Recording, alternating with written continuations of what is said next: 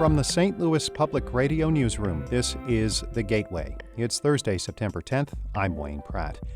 A Missouri S&T professor says racism is part of the English language and teachers need to be taught skills to fix it. Skills with how to talk to people who sound different from you and how to get good at that. Sarah Hercula's book, Fostering Linguistic Equality, lays out a plan, and St. Louis Public Radio's Jonathan Ahl talks with her in just a few minutes.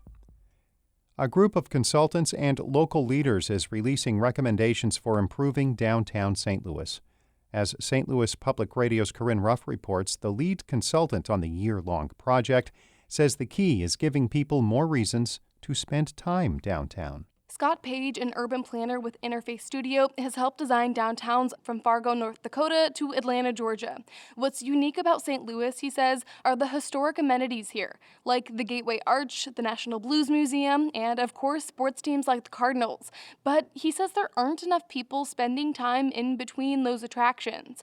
Over the next decade, he hopes projects to improve infrastructure and green spaces will draw more people downtown. More people living there, more people operating their businesses there, more people visiting and spending time outside. Those are the things that make the biggest difference to addressing concerns around safety in downtown. St. Louis residents have until October 4th to share feedback on the plan. I'm Corinne Ruff, St. Louis Public Radio. Officials in St. Louis City and County are easing coronavirus-related restrictions on youth sports. Starting tomorrow, children under 14 in the county will be able to compete in sports that involve moderate-risk contact, such as volleyball or soccer. Katie Smith is one of the leaders of the regional task force that creates recommendations on how schools can restart youth sports. She says that group recommends loosening restrictions for athletes 14 and younger because the rate of coronavirus transmission in that age group is relatively low. Even when there were increases, they were always far less than that 15 to 19-year-old group, which leads us to believe that they're just not transmitting, even with as much community transmission as we have. St. Louis is allowing children to resume practices, but will only allow competition in running and other low-contact sports regardless of age. The Collinsville School District has brought students back to classrooms this week after starting the academic year virtually. As St. Louis Public Radio's Ryan Delaney reports, it comes as other schools in the region have closed because of possible exposure to coronavirus. Collinsville Superintendent Brad Skirtich says his district started the year remotely because several staff members were infected or exposed to the virus. But he says staff are healthy and students need to be back in school. And we had that opportunity and we thought we could do it in a safe path. So we took it and made that decision to come back to have in-person instruction. In nearby Edwardsville, kindergartners through fifth graders are in their second week of being in school 5 days a week. Older grades are still on a hybrid schedule. In St. Louis County, Rockwood's superintendent said last week his district will soon bring its youngest students back. Meanwhile, 2 Catholic elementary schools in the county are closed for 2 weeks, following a teacher who works at both testing positive for COVID-19. I'm Ryan Delaney, St. Louis Public Radio. A program that brings drug treatment, job training, and dispute de-escalation to some of St. Louis's most violent neighborhoods has received a $1 million boost. Governor Mike Parson has announced a federal grant for the Urban League's Serving Our Streets initiative. The funding will allow the program to expand to 4 more neighborhoods. Parson says he knows the additional money is not enough to solve the city's crime issues. Until the communities, the churches, and the people in the neighborhoods, along with law enforcement, along with the state, figure out a solution to work together. Look, at some point, you're going to have more community involvement, which is what they're all doing here, but you're also going to have more community involvement in the police. Parson avoided questions about whether the state's loose gun laws contribute to violence in St. Louis. As of Tuesday, 191 people have been killed this year, the vast majority by firearms.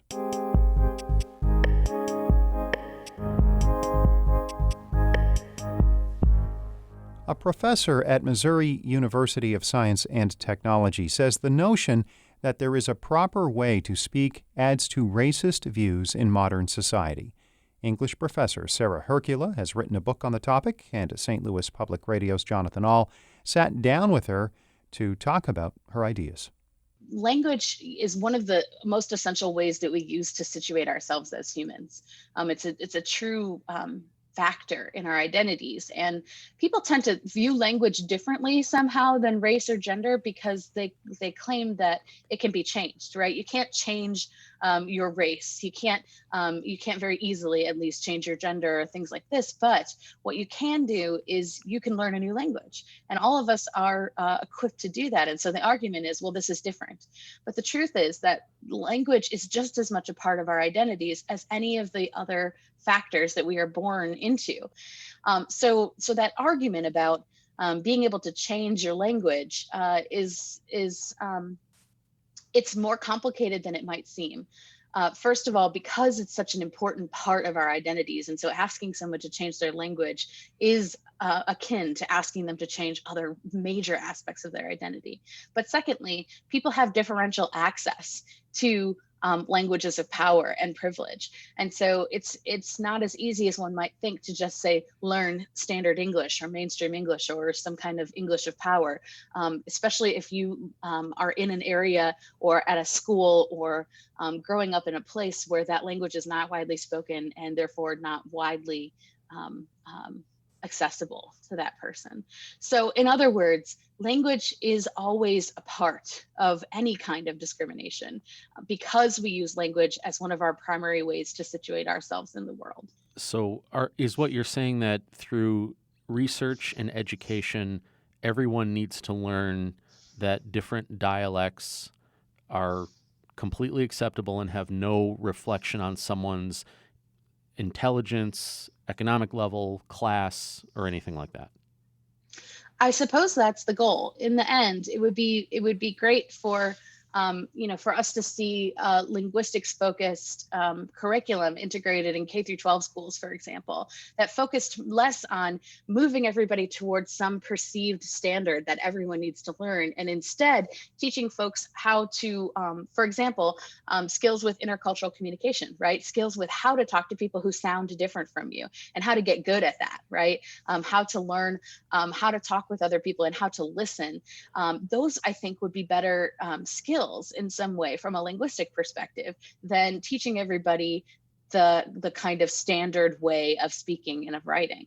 There's no way to flip a switch and to make this happen suddenly. It would take a lot of work, but I think developing a sense of better attitudes toward language diversity, but then also better skills with linguistic accommodation and intercultural communication would really benefit a lot of people and would go a long way toward helping with language bias. That can be really tricky, though, because if someone emulates a different dialect, that can often be perceived as being patronizing or insulting. Yeah, absolutely. And I don't think I'm advocating for someone to necessarily emulate or try to speak a different dialect or a different variety. For example, in my book, I talk about my approach in which students who are not native speakers of these dialects learn about African American English and Chicano English and Appalachian English. My goal in the class is not to make them fluent speakers of those dialects. Instead, my goal is to help them learn, first of all, the principles of linguistics, which they learn by studying these dialects, but also to learn that these dialects are just as rule governed and systematic as the one that they speak, or as any other dialect. How do we overcome linguistic bias? Yeah, it's a great question. It's one I've spent lots and lots and lots of time thinking about.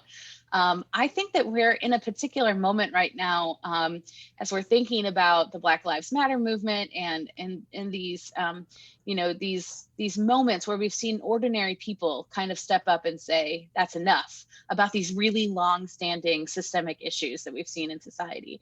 And so my hope is that as we continue to progress with things like gender equality and race-based equality and even equality for LGBTQ people, I think that I'm hopeful that there's a small enough group of us, but a mighty enough group of us that can start to get language to become a part of these conversations too. That's Missouri S&T English professor Sarah Hercula, author of Fostering Linguistic Equality. She spoke with St. Louis Public Radio's Jonathan Ahl. Our Fred Ehrlich edited that report. Shula Newman is the executive editor of St. Louis Public Radio. Music by Ryan McNeely of Adult Fur. I'm Wayne Pratt. From the St. Louis Public Radio Newsroom, this has been The Gateway. Support comes from the Missouri Forest Products Association, providing more than 41,000 jobs in the production of wood pallets, railroad ties, white oak barrels, hardwood floors, and more. Details at choosewood.com.